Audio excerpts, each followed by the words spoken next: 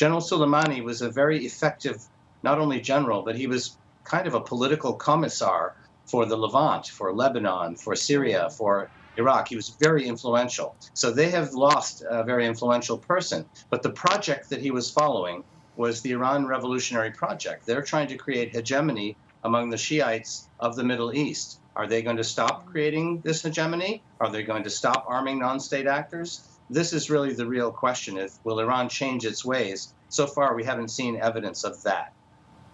Right. So what does this mean for Iran-Iraq relations, as also Iraq and U.S.'s relations? Because Iraq seems to be, post this episode, the new battlefield for the strained equation between the U.S. and Iran. It's a very tough question. Of course, the proximity of Iran and Iraq only naturally means that the two countries will have relations and they will have influence. There have been demonstrations for several weeks in Baghdad by Iraqis who are against the corruption of their own government. They want reform, but they also want an end to Iranian influence. And you know that one of the two people that the American drone strike killed, Abu Mahdi al-Muhandis, was the head of one of the three Shiite militias that Iran was backing.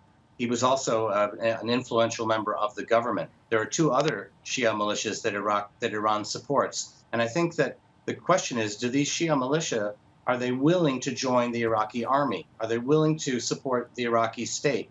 Will the demonstrators that were in Tahrir Square in Baghdad have their way and have reform in Baghdad that listens to the voices of the Shia, who are nationalists and not pro-Iran, as well as the Sunni and Kurdish communities? If that happens, Iran will lose influence. But in light of this crisis, Iran may have a little bit more say. They're angry at us.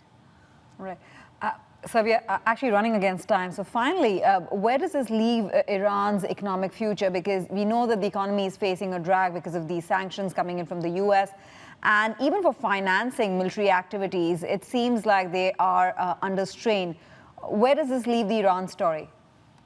Well, the first question, I'm not a member of Congress, but when I hear President Trump say we're going to have more economic sanctions, I would ask the question, didn't you tell us that we had maximum pressure already? So what are the new sanctions that we weren't already doing? I'll be interested to see what that is. I also want to point out that Iran's economy was failing even before the Trump administration pulled out of the nuclear deal and imposed sanctions. It was suffering quite a bit. So the government is the one that the people have been blaming for mismanagement of the economy and for corruption and for hoarding resources. I think more sanctions means there will be very difficult times. It is hard for Iranians now. The level of near poverty is quite high.